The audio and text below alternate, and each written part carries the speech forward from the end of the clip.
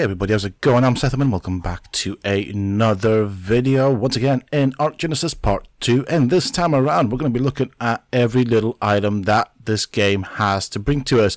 So I'm going to be covering all of the items that Ark Genesis Part 2 has, everything that's new. We're going to look at them, how they work and stuff like that. Now I don't know all the details, so if I do miss out things or slightly misinform you guys, let me know down below.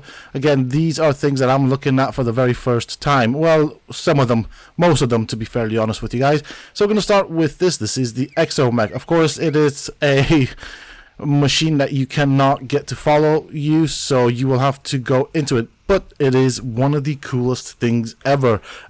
I really like this. It has quite a lot of functionality. It looks really sweet, as you can see. And we're going to go through some of the functions this thing has. So the very first thing that you can do with this is, of course, you can pick up items. So you can pick up, for example, if you put down a storage box, so we'll do that now. And we'll place it down here. We'll do it like that just because we want to move it. So you can pick up and move the box, but let's quickly pick these up. So these are some items I'm going to put in the storage box. I do want to show this feature because it is freaking amazing. So this is so helpful. It's unbelievable.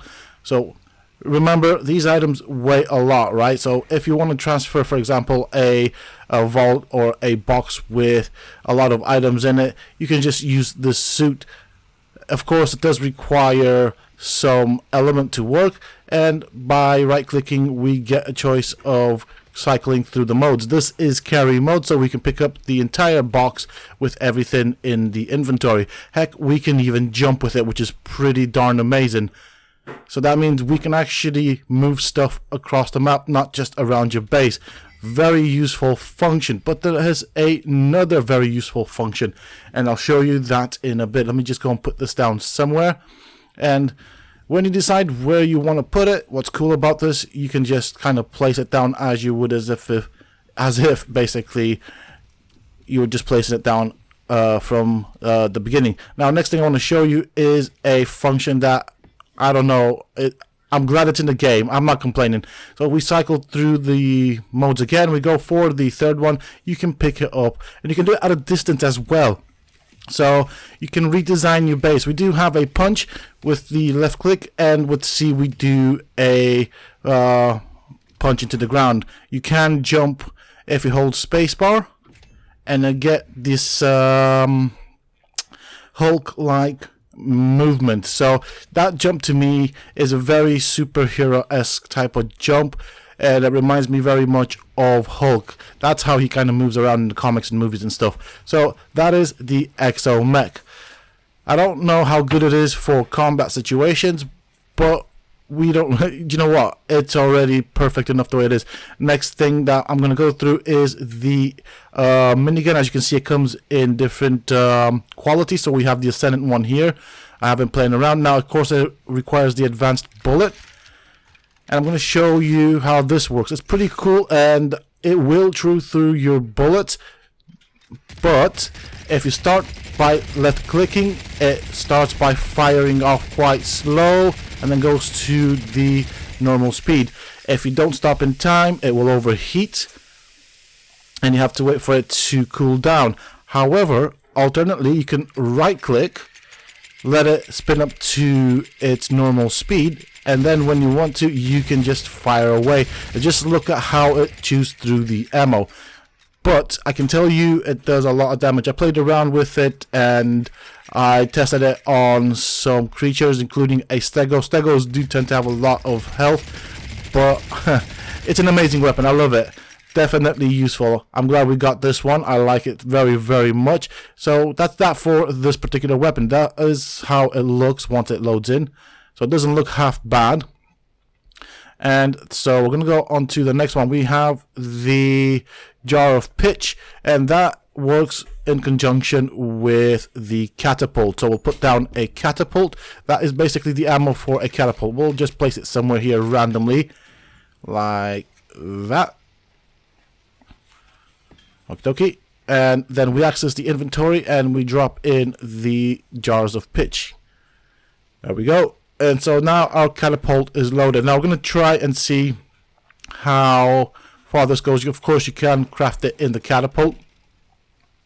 So I showed you that there. This is what it looks like when you are using this particular type of ammunition. So when it lands, it bursts, and basically the area that it landed in will be covered in fire, which will do damage over time. Let's see how far this can go.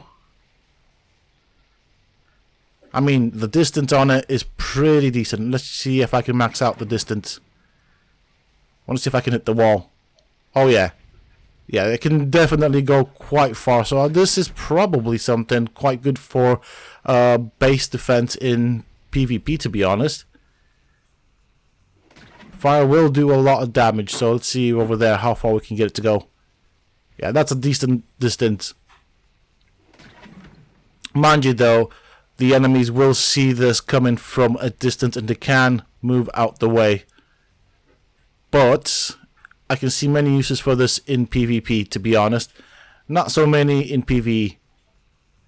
It still is a cool addition to all the things that we got. Just want to make sure that I'm firing it as far as possible. So that's that for this particular new item. Next up, we are going to go with the net projectile. This works hand in hand with the harpoon gun. So you basically equip this onto your harpoon gun, and this is again a very nice type of ammunition. It's quite effective at stopping and catching or netting medium-sized creatures. I don't know if it works on a Rex, but they do a good job on Stegos. Of course, it is not a permanent net, so you will have to do what you want to do very quickly. You can use this as a way to stop a creature that's angry with you, maybe, or try and keep it down for a limited time while you do something. I don't know, maybe set up a trap around it or stuff like that. Definitely see many uses. Of course, like I said, it has a limited time for which it will keep the creature down. So that's kind of that. I've tried it on a Giga. There's no chance that's going to happen, just so you guys know. But still a useful weapon item type of thing. I can see this being very useful in PvP as well as in PvE. And to be honest with you guys, the thing I like about this the most is that it's something that is portable and you can use it over and over again. So I'm going to show you exactly what I mean. We've got a couple of Stegos right here. Bang, one down. Load up another one. Bang, another one down. So easy to use, so effective. Hey, there's a Purser. Take that down too. Why not? So that's kind of how this works. Now, I am trying to buy for time, if that makes sense. I don't know if that refreshes, by the way. So if you put another one on a creature that is already covered in the net, I don't know if it refreshes the timer on it. You can access the inventory because it's not knocked out, just to let you know. The creature is very much alive. And there we go. The first Stego is back up. So I'm guessing about a minute on the net. Okay, so that's pretty much it for this particular item. Next up, we have the bow. So this is the tech bow, and this is quite a cool thing. It does require, I believe, element to work, and of course we need the shards to use as ammo. So that's kind of how things work. It has several different cycles, so this is how it looks like on the outside. It does not look half bad, to be honest. I like the design of it. Of course, if you press R, you cycle through the bow's different ammo modes. Of course, it uses a energy arrow. So this is its normal iron equivalent arrow. If we press R on the keyboard, we will then, of course, cycle through the various modes. I think it has explosive arrows as well, which is pretty cool. So let's have a look at all of the projectile types that this particular bow comes with. I'm not sure how to activate or cycle through the different projectiles. This is the very first time I am looking at it. So I'm pressing keys here on the keyboard, trying to figure out which one would be. Okay, so that did something. So it appears to be R. So this is the tranq arrow, flame arrow, So that's quite cool because you don't have to carry a bunch of arrows with you. You just need to carry the shards. Now, they did used to weigh quite a lot initially. I hope that's changed, and I think you could only stack a couple of them. So maybe I'm hoping that this will have affected the amount that you can have in a stack. So I'm not sure why this is not working. It's probably to do with the amount of shards that I have or lack of. So this is the trank arrow that this bow produces. This is going to come in quite useful. I think this is going to become one of my favorite types of weapons for taming, for taking with me. So this compiled with, or yeah, together with the tech rifle, I think would be freaking amazing. I mean, there's a lot of new good things. Some of them are quality of life, but they also look really nice and definitely very useful in the game. I do like this. Really like it. So we're going to carry on with the next weapon. I think I probably run out of shards. Next up, we have the tech pistol right here. So as you can see, it comes in, or the tech phase pistol, it comes in different qualities because we also have an ascendant version. I'm not sure if it's only spawnable, but I just wanted to play around with it. So again, we cycle through, by the looks of things, through different various functionalities for this pistol with R. So this is the heal ray. The first one was the damaging ray. I don't know, the equivalent of basically a normal pistol that would fire bullets, I'm guessing. But it is a single beam. And this, I believe, requires element to function. I'm not sure how good it is for healing. So this is something we'll have to test out and kind of discover, to be fairly honest. So we have this one right here. So these are the different types of rays that we get. Okay, set to kill. All right, so the blue one is stun, the red one is kill, the green one is heal. Another good, useful weapon, so you can heal your creatures from a distance. Definitely curious to see how this does in terms of healing, because if it does good, then this is definitely going to be a very useful item. Next up, we have the ammo cache. Now this you can place on foundations, and I believe this will supply your turrets with ammo. I'm not sure what the range is on this, but you can access the inventory and just start dropping in types of ammo. As you can see, it's got a decent amount of health, storage. Yeah, so you just basically drop in, or just transfer ammunition into this cache, and it will supply within a certain range all of your turrets and stuff with ammunition, which is going to make the job a lot easier. Next up, we have this right here, which is the Incubator. Now this works off of a generator or tech generator, so you do need to power it up. Okay, so you can only have a certain amount of these within a certain area. If you access the inventory, this is what we have. So health, again, quite decent. We can choose to destroy certain eggs, and of course it'll show stats for the creatures in their mutations and all that good stuff. And we can put in about 10 eggs and incubate them. So yeah, we're using the tech generator to power it up. Once again, that's pretty cool. So you can have 3 of these, so we can do like 30 eggs in a go. That's going to be so useful for breeding for mutations. Next up, we have the tech crop plot. Now, I don't really know how this works, so we'll find this one out. I'm trying to find a place to drop it down. Let's put it here. Okay, like that. So it is powered. I don't know why it needs power, what the benefit of it is. I think it looks like we still need to irrigate it, fertilize it, and seed it, so we don't get any greenhouse effects. Not quite sure what the difference is. Maybe there is... Okay, hold on a bit. Yeah, so we get more slots in this particular crop plot. I think we get like double. You guys correct me if I'm wrong, but I think we get a lot more spaces with it. It's definitely an item worth looking at and considering. Next up is the Loadout Mannequin. This thing, I read, is pretty cool, and I'll show you exactly what it does. So we are going to place it down somewhere here. Again, this is... Oh, so you can have up to 150 in an area. Okay, so that is the limit. This is what it looks like. and we just interact with it. It takes out all of my armor and weapons and basically stores it. If I want to have different loadouts, this is what I'll come to. I'll drop my loadout for, say, a boss fight, and then go onto my PvE loadout, for example, or harvesting loadout. That's pretty cool, and we can see the weapons there as well. Neat. I like that. Definitely going to be helpful instead of having to store your armor in crate and stuff and try and remember where it is. Next up, we have this right here, which is the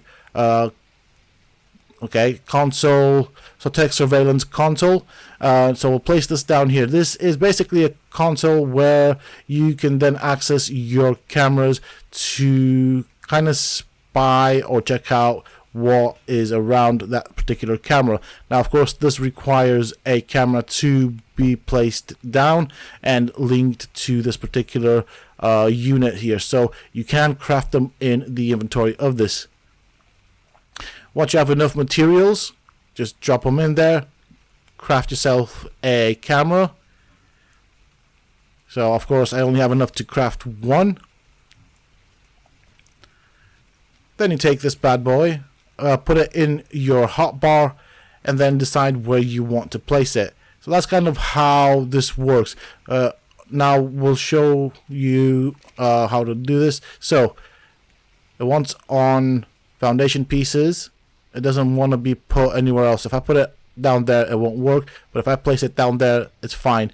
Let's have a look at this. Okay, so we can rename the camera, so this is going to help us with knowing what cameras where. That's pretty cool. I think I'm just going to call this one 1. We can also pick it up. Okay, so let's play around with the camera and sort of try and mess about and see how it works, what it can do. It's right there, just so you guys know. So it even shows you the coordinates of where the camera is when you look at it. So I'm activating it from the console. You get a 360 view. You can cycle through camera modes, and you can zoom in. So very similar to the tech helmet in terms of what it can do. And there's me just floating about. Next up, we have the tech hover cell to play around with. This is another interesting item. It does have a self-destruct timer on it, and I don't understand why. Kind of sad that that's a thing, but it's kind of like a sail. Well, I don't even know what those things are called. I'm not into like water sports, but you can do tricks on it. I think it basically encourages you to do tricks, which is basic. I don't even know how to do tricks on this. This is probably something I'm not going to particularly use. I don't see the purpose of this, but as you can see, you can get boost from just doing tricks and stuff like that on it. It's interesting. I think this will be something to play around with when you're bored in the game and just kind of do your own thing. It's interesting. I like it. Next up, we have actually this is the final item that we have in the game. This is the canoe.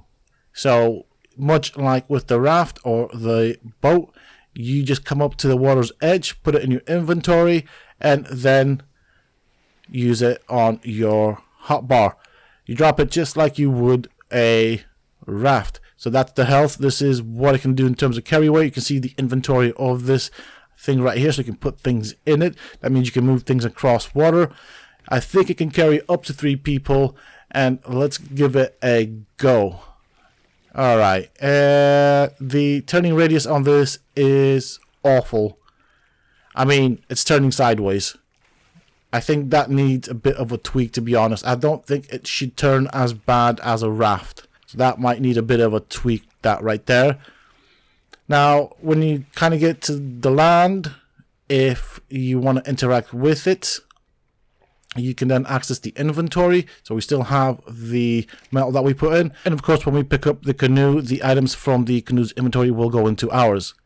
Now, on top of these things that you guys have just seen in this video, the other 2 things that have been added with this DLC would be 2 saddles. One would be for the Astrodelphis. That is a tech saddle. It is required to ride the Astrodelphis. And then finally, it is the mowing saddle. So the Astrodelphus saddle is more like a fighter cockpit, which is pretty neat. I like that very much. And the saddle for the mowing is, apart from allowing you to ride it, will also carry 4 dinosaur creatures with you. So that's kind of pretty much how this works. That's pretty much it for this video, folks. I do hope that you have enjoyed it, found it useful and informative. If you have, please don't forget to support me in the channel by hitting that like button. Subscribe to the channel if you're new and haven't already for more similar content from myself. And if you have just subscribed, why not check out some of my other videos and guides here on this channel? Who knows, you might just enjoy them. Also, for those interested, you can always find me on the Sethtopia Discord. Links to this, of course, you can find down below in the video's description. And until next time, stay safe, folks.